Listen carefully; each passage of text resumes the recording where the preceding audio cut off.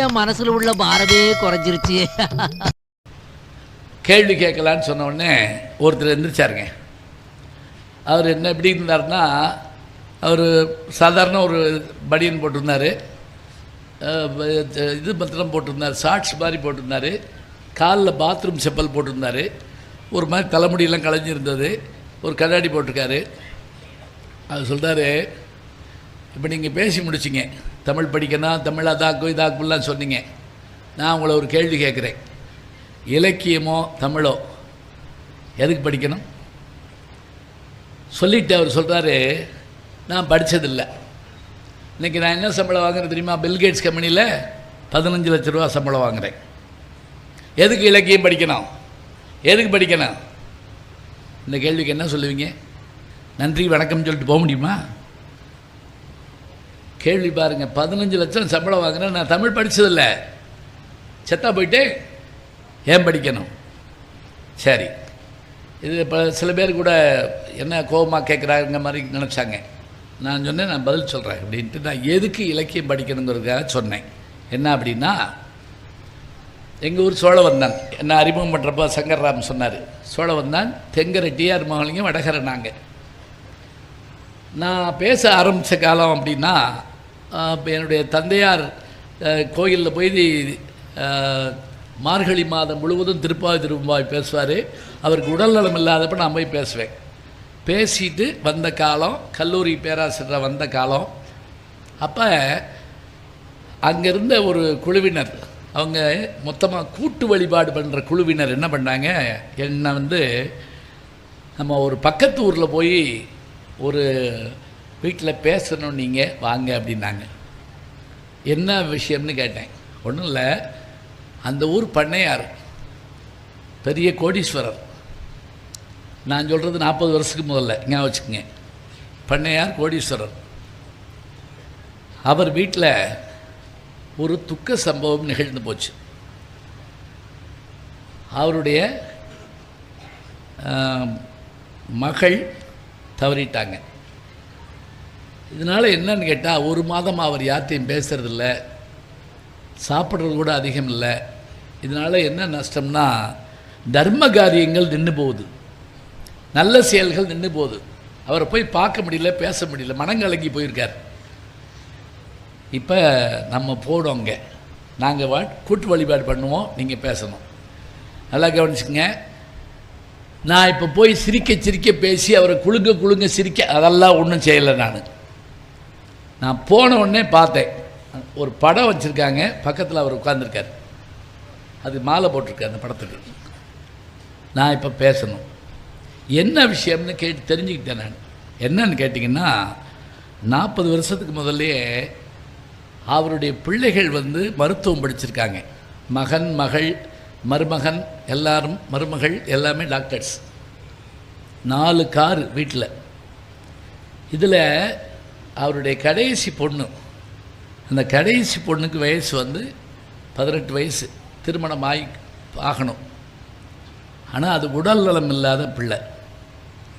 ஒரு நாள் எல்லாரும் வெளியில் போயிருக்காங்க, எல்லா காரையும் எடுத்துகிட்டு போயிருக்காங்க.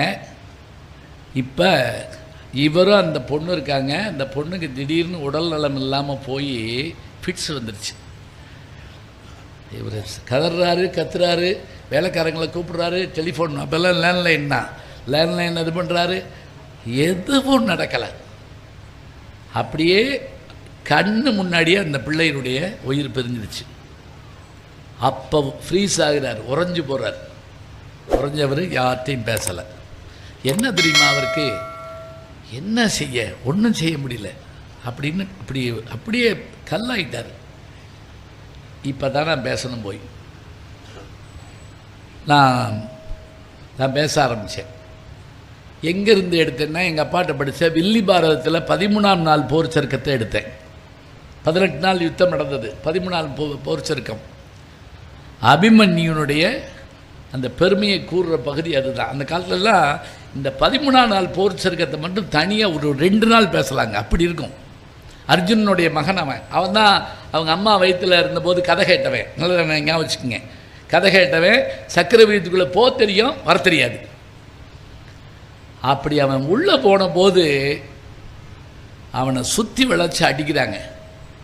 ஏறத்தாழ எல்லாரும் அதர்ம யுத்தம் புரிஞ்சுது. அன்னைக்கு ஒரு நாள் தாங்க.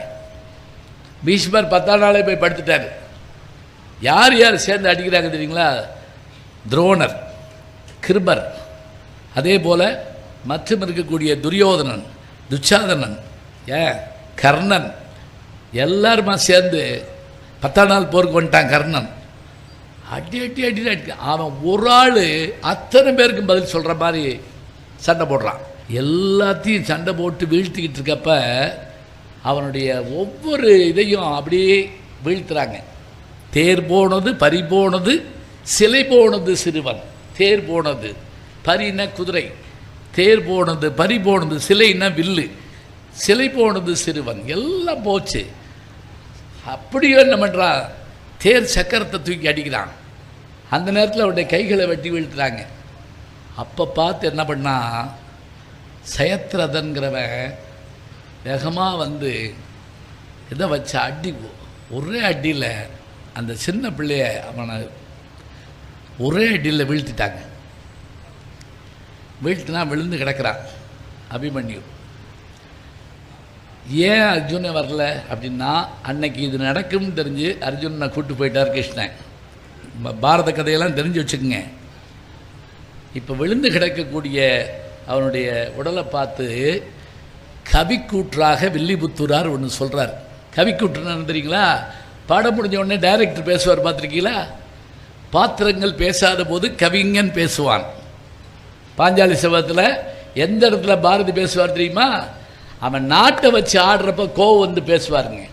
கோயில் பூசை செய்வோர் சிலையை கொண்டு விற்றல் போலும், வாயில் காத்து நிற்போர் வீட்டை வைத்திலத்தல் போலும், ஆயிரங்களான நீதி அவை உணர்ந்த தருமன் தேயம் வைத்திருந்தான், சீச்சி சிறிய செய்கை செய்தான், நாட்டு மாந்தரெல்லாம் தம்போல் நரர்கள் என்று கருதார், ஆட்டு மந்தையாம் என்று உலகை அரசர் எண்ணி விட்டார், காட்டும் உண்மை நூல்கள் பலதாம் காட்டினார்களேனும் நாட்டு ராஜநீதி மனிதர் நன்கு செய்யவில்லை, ஓரம் செய்திடாமே உலகத் துயிர்கள் கொண்டிடாமே, சோரம் செய்திடாமே பிறரை துயரில் ஆழ்த்திடாமே, ஊரையாளும் முறைமை உலகில் ஒரு புறத்தும் இல்லை, சாரமற்ற வார்த்தை மேலே சரிதை சொல்லுகின்றோம்னு கோபத்தில் கொந்தளிச்ச பாரதி திருப்பி கதைக்கு வந்துடுவாங்க. அந்த இடத்துல பாரதி பேசுவான். இங்கே வில்லிபுத்தூரார் பேசுகிறாருங்க. என்ன பேசுகிறா தெரியுமா? இந்த விழுந்து கிடக்கிறானே அபிமன்யு, இவங்க மாமா யார் தெரியுமா? உலகத்தையே காப்பாற்ற போகிறேன்னு சொல்லக்கூடிய கிருஷ்ண பரமாத்மா இவங்க மாமா. இவங்க அப்பா யார் தெரியுமா? வில்லுக்கு விஷயன் என்று பெயர் பெற்ற அர்ஜுனன். இவங்க பெரியப்பா யார் தெரியுமா? 1000 யானை பலங்கொண்ட பீமன். இவங்க தாத்தா யார் தெரியுமா? இந்திரலோகத்துக்கு அதிபதி. அப்ப கடவுளே மாமாவாக இருந்தும், பீமன் பெரியப்பனாக இருந்தும், இந்திரன் தாத்தாவாக இருந்தும், அர்ஜுனனே தந்தையாக இருந்தும் கூட இங்கே ஒருவன் மரணமடைந்து கீழே கிடக்கிறான் என்று சொன்னால் உலகத்தில் விதி என்று ஒன்று இருக்கத்தானே செய்கிறது என்று அந்த பாடு தொடங்குங்க. மாயனாம் திருமாமன், தனஞ்சயனாம் திருத்தாதை, வானோர்க்கெல்லாம் நாயனாம் பிதாமகன், மற்ற 1 கோடி அன்பர்கள் நண்பாய் வந்தும், சேயனாம் அபிமன்யு செயத்ரதன் கைப்படுவான் செயற்கை வெவ்வேறு, ஆயனால் அபிநயை வெல்லும் வகை யார் வல்லாரோ. இதாங்க பாட்டு. முதல்ல நான் பொருள் சொல்லிட்டேன். இதை அங்கே அமெரிக்காவில் பேசினேன். இதை ஏன் பேசுனேன் தெரியுமா? இந்த பாட்டை நான் சொல்லி முடிச்சோடனே அந்த 1 மாதம் பேசாத அந்த பணக்காரர் என்ன பண்ணாருனாங்க, எந்திரிச்சு வந்து என் கையை பிடிச்சிக்கிட்டாருங்க. கையை பிடிச்சிட்டு கண்ணீர் அப்படி வருது. தேம்பிக்கிட்டே சொல்கிறாரு, நீங்கள் சொன்ன பாட்டை கேட்டேன், அன்றைக்கி நான் என்ன நினச்சேன் தெரியுமா? என் மகன் இருந்திருக்கலாமோ, என் மகன் இருந்திருக்கலாமோ, ஒரு கார் இருந்திருக்கலாமோ, ஒரு டாக்டர் இருந்திருக்கலாமோ, ஒரு மருந்து வாங்கி வச்சுருக்கலாமோ, இதெல்லாம் இல்லாததுனால தானே என் பிள்ளை போயிட்டா அப்படின்னு நினச்சிட்டாங்க. நான் இத்தனை நாளாக யார்கிட்டையும் பேசாமல் இருந்தேன்.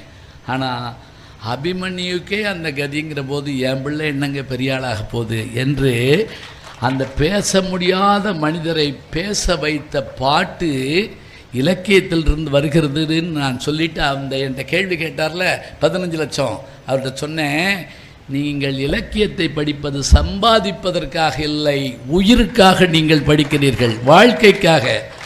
நீங்கள் படிக்கிறது எதுக்காக? ப்ரமோஷனுக்காகவா? இல்லை, உங்களுடைய உயிருக்காக. ஈதல் இசைப்பட வாழ்தல் அது வல்லது ஊதியமில்லை உயிர்க்குன்னு சொன்னால் உயிருக்காக படிக்கணும். இந்த உடம்புக்குள்ளே வந்துருக்கக்கூடிய உயிருக்காக படிக்கணும். சரி, இந்த கேள்வி இலக்கியத்துக்காக. இதே மாதிரி கேள்வியை ஒரு பொண்ணு என்கிட்ட கேட்குது. என்ன நடத்துகிறேன்? நாலடியார் நடத்துகிறேன். கல்வி எப்படிப்பட்டது? உலகத்தில் எது அழகு, எது அழகு? பியூட்டி பார்லர் போயிட்டு வரதா அழகு? அப்படி சொல்லக்கூடாது. ஒரு பியூட்டி பார்லர் வாசலில் போட்டுத்தானா, இங்கிருந்து வெளிவரும் பெண்கள் கையை ஆட்டாதீர்கள், இங்கிருந்து வெளியே வருகிற பெண்களை பொறுத்து கையை ஆட்டாதீர்கள், ஒருவேளை அது உங்கள் பாட்டியாக கூட இருக்கலாம். அப்படி மேக்கப் போட்டு விடுவாங்களாம். ஏன்னா நம்ம வாட்டுக்கு அது பின்னாடியே போய் என்ன அழகு அப்படின்னு பார்த்தா பாட்டி. பாட்டி இல்லை, பாட்டி. இப்போ அழகு எதுன்னு கேட்டால் எப்படி சொல்லுவோம்? இன்னைக்கு கூட பேப்பரில் பார்த்துருப்பீங்க, ஒரு அழகி போட்டியில் பிரபஞ்ச அழகியை தேர்ந்தெடுத்தாங்கன்னு போட்டிருக்காங்க. பிரபஞ்ச அழகி. சரி, இருக்கட்டும். நாலடியார் எழுதின சமண முனிவர்கள் எப்படி சொல்கிறாங்க? எது அழகு என்றால் முடிய அழகாக வச்சுக்கிறது அழகா? ஒரு கேள்வி. சுருட்ட முடியா, ஹர்லிங் ஹேரா அப்படி வச்சுக்கிறது அழகா? ஆனால் இப்போ அதெல்லாம் இல்லைங்க. இப்போ இளைஞர்கள் முடிவெட்டுறதை பார்த்தாலே நமக்கு பயமாக இருக்குது. பல பேர் கீரிப்பிள்ளை மண்டையோடையே அலையிறாங்க அப்படியே. அதுவும் அவங்க அந்த பியூட்டி பார்லருக்குள்ளே போகிறப்பயே முடியை தொற்றாத, வெட்டிடாத. அப்புறம் எதுக்கு வந்தாங்க? மத்தியான சாப்பாடை போடுவார் அவர். தொடக்கூடாதான், வெட்டக்கூடாதான், ஏதோ நடக்குது, இருக்கட்டும். அது இல்லை அழகு. உன்னுடைய தலைமுடி இல்லை அழகு. அப்புறம் என்ன?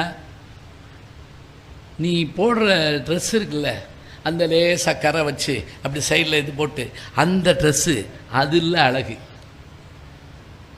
அப்புறம் மஞ்சள் பூசி அப்புறம் அந்த பவுடர் போட்டு அது இல்லை அழகு.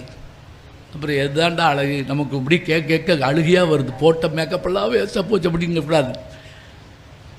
எது அழகுன்னா, நல்ல நூல்களை கற்று நடுநிலைமை தவறாமல் வாழ வேண்டும் என்று எது கற்றுக் கொடுக்கிறதோ அந்த கல்வி அழகுதான் உலகத்தில் அழகு. குஞ்சி அழகும், குஞ்சினா முடி, குஞ்சி அழகும், கொடுந்தானை கோட்டழகும், மஞ்சள் அழகும் அழகல்ல. நெஞ்சத்து நல்ல யாம் என்னும் நடுவு நிலைமையால் கல்வி அழகே அழகு. இந்த பாட்டை நடத்தி முடித்தேங்க. ஒரு பொம்பளை பிள்ளை எம்ஏ செகண்ட் இயர் எந்திரிச்சு கேட்குது, இந்த குஞ்சி அழகு சொன்னீங்க சரி, இந்த கரை வச்ச பார்டர் போட்ட வேட்டி சட்டை சொன்னீங்க சரி, மஞ்சள் அழகுன்னு சொன்னீங்களே, ஆம்பளையே மஞ்சள் பூசுவாங்களா? உயிரே போயிடுச்சுங்க. ஏன்னா சிலபஸில் இல்லை இதெல்லாம். நம்ம சொல்லுவோம்ல, ஒன்று யார் பிள்ளை கேள்வி கேட்க சொல்கிறா அப்படின்னு சொல்லுவோம்ல. என்ன பண்ணுறது? மஞ்சள் அழகும் அழகல்லைன்னா ஆம்பளை மஞ்சள் பூச மாட்டானே. பெண்கள் இருந்தாங்களா? கேள்வி. பெண்கள், கல்வி கற்ற பெண்கள் இருந்தார்களா? என்ன செய்யறது? சமணர்கள் வேறு சொல்லி, சமணர்களுக்கு பெண்கள் ஆகாது தெரியுமா உங்களுக்கு? சமணர்களை பொறுத்த மட்டில் ஒரு பெண் சொர்க்கலோகத்தை அடைய வேண்டுமென்றால் அவள் மறுபிறப்பில் ஆணாக பிறந்தால் அடைய முடியுங்கிறான். அது அவன் மேலே விடுங்க, அதை பற்றி விட்டுருங்க. இங்கே வாங்க. இந்த பொண்ணு இப்படி கேட்டவுடனே மஞ்சள் அழகும்னு அழகல்லன்னு சொல்கிறாங்களே ஐயா, ஆண்கள் மஞ்சள் பூசுவாங்களா? உடனே நான் என்ன பண்ணேன், சரி பார்த்துட்டு வரேன், கொஞ்சம் உட்காருப்பா அப்படின்னு சொல்லிட்டு எங்கள் பேராசிரியர் தோப்பா அவர்கள், தெரியும், பரமசிவம் அவர்கள், அறியப்படாத தமிழகம் கேள்விப்பட்டிருக்கீங்கள, எத்தனையோ தெய்வங்களும் சமூக மரபுகளும் எழுதுறல, 12 ஆண்டு காலம் அவரோட நான் வந்து வேலை பார்த்துருக்கேன். 1986 98 வரைக்கும். அவர் கடவுள் நம்பிக்கை அது இதெல்லாம் ஒன்றும் கிடையாது. நான் ஒரு கோயிலை விட மாட்டேன். நாங்கள் 2 பேரும் 12 ஆண்டு காலம் பயணப்பட்டிருக்கோம். என்ன, அவரை பற்றி நான் கவலைப்பட மாட்டேன், என்னை பற்றி அவர் கவலைப்பட மாட்டார். ஒரு தடவை மதுரையில் திண்டுக்கல் ரோட்டில் ஒரு முருகன் கோயில் இருந்துச்சு. வழக்கப்படி நான் உள்ளே போய் சாமி கும்பிட்டு வந்தேன். அவர் வெளியே ஒரு சிகரெட் குடிச்சிக்கிட்டு நின்றுக்கிட்டு இருந்தார். சாமி கும்பிட்டீங்களான்னு கேட்டார். அந்த முருகனுக்கு கீழே ஒரு கல்வெட்டு இருக்குது பார்த்தீங்களா அப்படின்னாரு. இல்லையே பார்க்கலையே.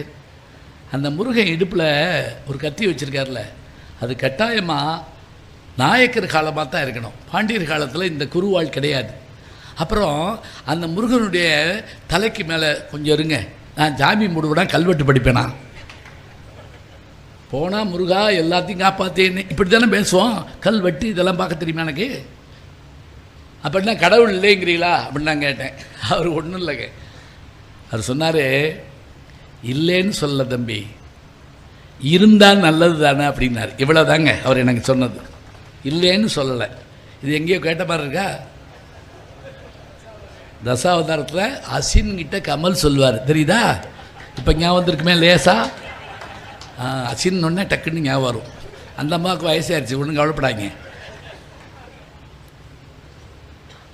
அது அந்த அவர் அவங்க கேட்பாங்க, அப்படி நீங்கள் என்ன கடவுள் இல்லைங்கிறீங்களா அப்படின்னோடனே அவர் சொல்லுவார், இல்லைன்னு யார் சொன்னால் இருந்தால் நல்லது தானே சொல்லிவிட்டு ஒரு பேட்டியில் சொல்கிறாரு, பேராசிரியர் ஞானசம்பந்தம் அவர்களுக்கு தோப்பா அவர்கள் சொன்ன இந்த செய்தியை தான் நான் இந்த படத்தில் வச்சேன். என்ன ஒரு நேர்மை பாருங்கள்.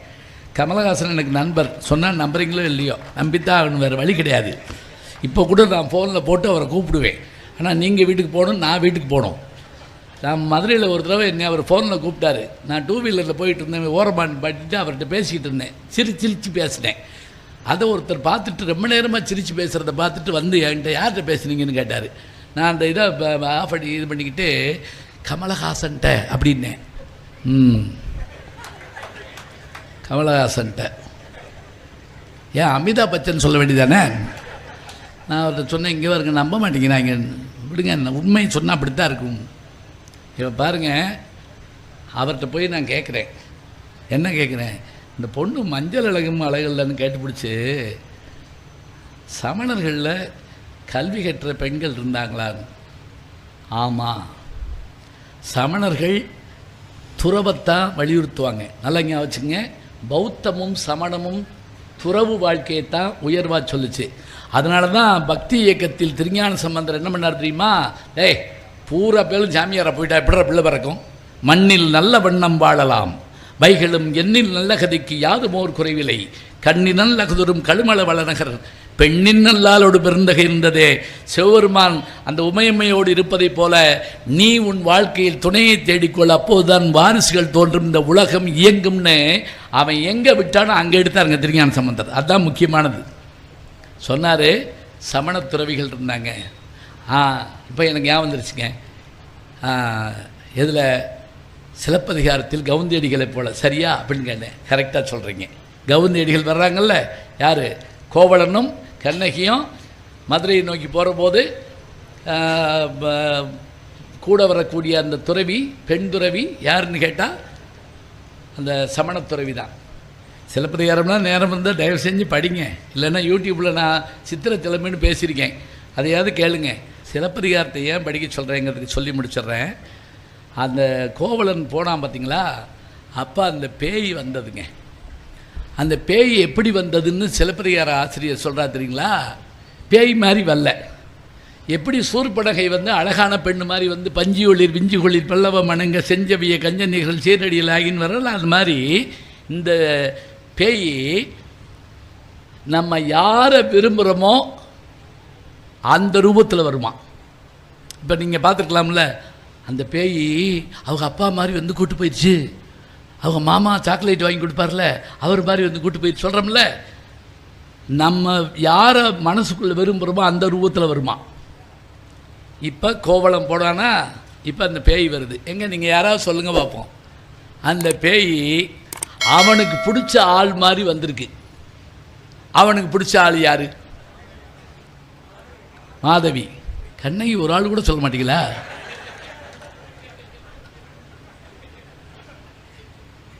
ஞாபகம் வச்சுக்கோங்க, கண்ணகியும் இல்லை மாதவியும் இல்லை. மாதவியினுடைய தோழி வடிவத்தில் வந்ததா. புரியுதா? இந்த பையன் அந்த பிள்ளையும் பார்த்து வச்சுருந்துருக்கான். பேய்க்கு தெரிஞ்சிருக்கு. இது எதுக்கு தெரியுங்களா சொல்ல வர்றது? அது வந்த உடனே இவன் ஒரு மந்திரம் சபிக்கிறான். அந்த பேய் தன்னுடைய உருவத்தை மாற்றிக்கிட்டு அவன் காலில் விட்டு விழுந்து வணங்கி இந்த செய்தியை கவுந்தளிகளிடம் தெரிவிக்காதேங்கிறார். ஏன் தெரியுமா?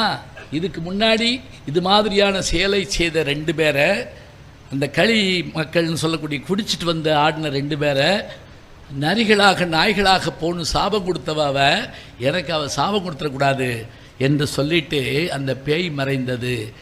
எதுக்கு சொல்கிறேன் தெரியுங்களா?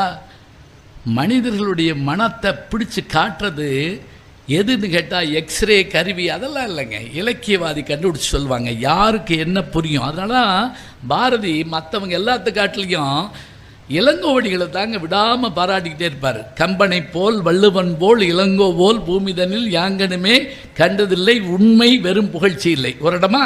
2வது இடம் சேரன் தம்பி சிலம்பு இசைத்ததும் 2வது இடம். 3வது இடு எந்த இடத்துல என்றால் நெஞ்சை அள்ளும் சிலப்பதிகாரம் என்றோர் மணி ஆரம்படைத்த தமிழ்நாடு. பாருங்க, இப்போ கவுந்தியடிகள் சமணத்தில் இருக்காங்க, சரியா? பௌத்தத்தில் யார் இருக்கா? பௌத்தத்தில் யார் தெரியுமா? மணிமேகலை. யார் மக? மாதவிக்கும் கோவலனுக்கு பிறந்த மணிமேகலை. அவள் பௌத்த துறவி ஆயிட்டான். அவள் ஆகலைங்க. கோவலன் வெட்டுண்டு செத்தான்னு தெரிஞ்ச உடனே பாகுபலி 2ஆம் பாகம் மாதிரி மணிமேகலை தான் இரட்டை காப்பியங்களில் 2வது பகுதி, சிலப்பதிகாரத்திலும் 2வது பகுதி.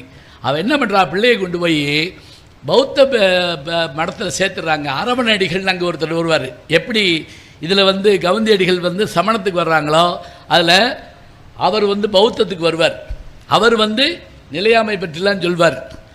பற்றின் பற்றிடம் குற்றக்கொள்களும் அவளக்கவளை கையார் அழுங்கள்னு சொல்லி உடம்பை பற்றியெல்லாம் பேசக்கூடிய அந்த செய்தியெல்லாம் அதில் வரும். இப்போ இந்த பெண்ணு அவ மணிமேகலை பௌத்த துறவி ஆயிட்டா. அப்போ பௌத்தத்திலே பெண் துறவி இருக்காங்க, சமணத்தில் பெண் துறவி இருக்காங்க, சைவத்தில் இருக்காங்களா? இருக்காங்க. யார் என்றால் திருநாவுக்கரசருடைய சகோதரியாகிய திலகவதியார் தாய் தந்தையர் இறந்த பிறகு எப்போ இறக்குறாங்கன்னா, இந்த அம்மாவுக்கு ஒரு இது நிச்சயம் பண்ணுறாங்க. கலிப்பகையார் என்கின்ற ஒரு தளபதி, பல்லவ மன்னனுடைய தளபதி, யுத்தத்துக்கு போன இடத்துல அவர் இறந்து போயிட்டார். நிச்சயம் பண்ண மாப்பிள்ளை இறந்து போயிட்டாருன்னே கல்யாணம் பண்ணக்கூடாதுன்னு முடிவு பண்ணுறாங்க. அப்பா அம்மா இறந்து போயிடுறாங்க. தம்பி வெறுத்து போய் சமணத்தில் போய் சேர்ந்துடுறாரு. இப்போ அந்த பெண்ணு என்ன பண்ணுறாங்க அப்படின்னா, திருவதிகை என்கின்ற திருவீரட்டான தளத்திலே உள்ள தளத்தில் சென்று தன்னை அங்கே இருக்கக்கூடிய சைவ அடியாராக மாற்றிக்கொள்ளுகிறார். செய்தியை பார்த்தீங்களா?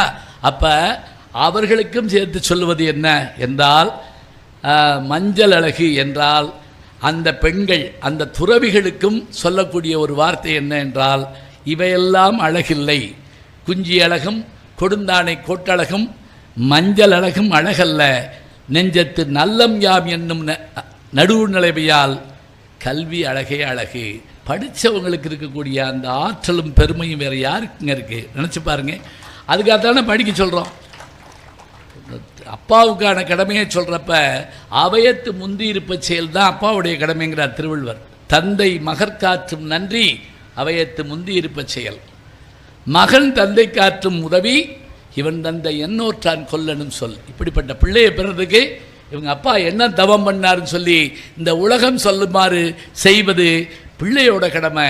இப்படிப்பட்ட பிள்ளைய படிக்க வச்சு முன்னாடி கொண்டு உட்கார வைக்கக்கூடிய அளவுக்கு ஆற்றலாக மாற்றுவது தந்தையினுடைய கடமை. கல்வி தான் நம்ம எல்லாவற்றையும் தருங்க, வேறு எதுவும் இல்லை. அந்த கல்வியை கற்றுக்கொள்ள வேண்டும். இப்படி வச்சுக்கோங்களேன், பார்வையற்ற ஒருவர் பஸ் ஸ்டாண்டில் நின்றுட்டு இருந்தார். வர்ற பஸ்ஸெல்லாம் எங்கே போகுதுன்னு தெரில, நம்பர் தெரியல. பக்கத்து ஆள்கிட்ட கேட்குறாரு, அந்த ஆள்கிட்ட கேட்குறாரு, இந்த பஸ் எங்கே போகுது, அந்த பஸ் எங்கே போகுது, அந்த பஸ் எங்கே போகுது. சில பேர் சொல்கிறாங்க, சில பேர் சொல்லாமல் போயிடுறாங்க. இவர் பக்கத்தில் இன்னொருத்தரும் இதே கேள்வியை கேட்டுகிட்டே இருக்கார். ஐயா இந்த பஸ் எங்கே போகுது, அந்த பஸ் எங்கே போகுது.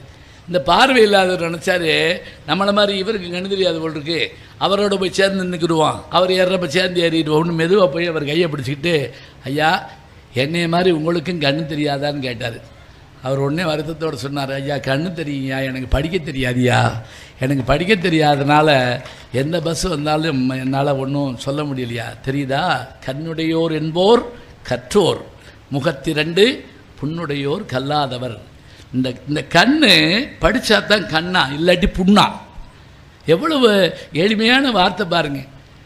நல்ல விஷயங்களை எல்லாம் தொடர்ந்து படிங்க. ஒரு பாட்டையோ ஒரு செய்தியோ கேட்குற போது அதில் ஒரு புதிய செய்தி நமக்கு கிடச்சுன்னா அதை அப்படி உள்வாங்கிக்கங்க. அள்ளி பருகுதல்னு சொல்லுவோம்ல, அது மாதிரி எடுத்துக்கங்க.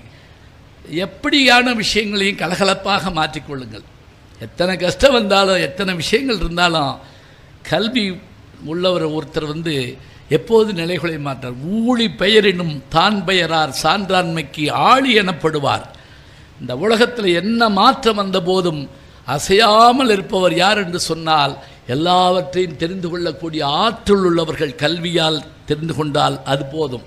அதனால தான் அவன் பாஞ்சாலியை வச்சு ஆடுறப்ப மற்ற எல்லாரும் கொந்தளிச்சாங்க, கோவப்பட்டாங்க.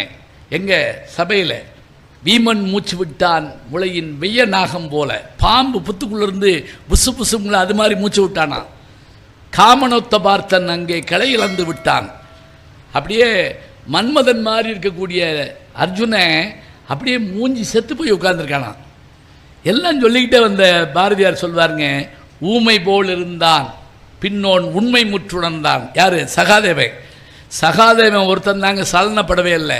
ஏன்னா அவனுக்கு யுத்தத்தினுடைய முடிவு தெரிந்தவன் அவன் ஒருத்தன் தான். இவங்க பூரா என்ன ஆக போகிறாங்கிறது அவன் ஒருத்தனுக்கு தெரியும். அதனால் அவன் என்னன்னா ஊமை போல் இருந்தான் சகாதேவன் உண்மை முற்றுணர்ந்தோன். அப்படின்னா கடைசியாக இருக்கவன் எல்லாவற்றையும் பார்த்து பொறுத்துக்கிட்டு பேசாமல் இருந்தாங்க. அவனுக்கு தெரியும். கிருஷ்ண பரமாத்மா தூது போகிறப்ப போட்டுமா வேணாமா போட்டுமா வேணாமான்னு ஒவ்வொருத்தரையாக கேட்குறாரு. தர்மம் வேணாங்கிறா, மற்றவங்கெல்லாம் போங்கிறாங்க. பாஞ்சாலி சொன்னால் நீ போய் தான் ஆகணும். ஏன்னா யுத்தம் பண்ணால் தான் அவன் அந்த ரத்தத்தை எடுத்து நான் தலையை இது பண்ண முடியும். பாரு இப்படி எவ்வளோ நாளைக்கு 13 வருஷமாக அது போட்டுக்கிட்டு அலையிறேன், ஒரு ரெட்டச்சடை கூட போட்டதில்லை நான், எப்படி இருக்கும்? இதில் சகாதேவன்கிட்ட கேட்டப்ப அவன் சொன்னால் நீ போனன்னா போகலன்னா என்ன எதுக்கு என்கிட்ட கேட்குறேன்னா, ஏன்டா அப்படின்னா இங்கே வா. அவர் கூப்பிட்டு போனார். என்ன நான் போனான்னா யுத்தத்தை நிறுத்த மாட்டேனான். அவன் சொன்னான், ஏய் நீ பிறந்திருக்கிறதே யுத்தத்தை உருவாக்கத்தான். நீ பிறந்தது எதுக்கு? நீ பாரத அமரில் யாவரையும் நீராக்கி பூபாரம் தீர்க்க புரிந்தாய் புயல் வண்ணா கோபாலா கோவிந்தா போரேரே நீ என்று மாபாரதம் தீர்க்க மற்றார்கள் வல்லாரோ. டே நீ பிறந்தது யுத்தம் வர்றதுக்காகத்தான். அப்படி இருக்க நீ என்னமோ நான் போய் போட்டுமா வரட்டுமா வேணுமா வேணுமா கூட்டணி வேணுமா வேணுமா சத்த போட்டுருப்பாங்களே, அதை பேச்சை வச்சுக்கிறாத. அடுத்த ஆரம்பம். சரி யுத்தம் வராமல் இருக்கணும்னா என்ன செய்யணும்? கிருஷ்ணன் கேட்குறான். 4 வேலை பார்த்தா யுத்தம் வராது சொல்கிறா, குறிச்சுக்கிறேன். கிருஷ்ணன் கேட்குறாரு,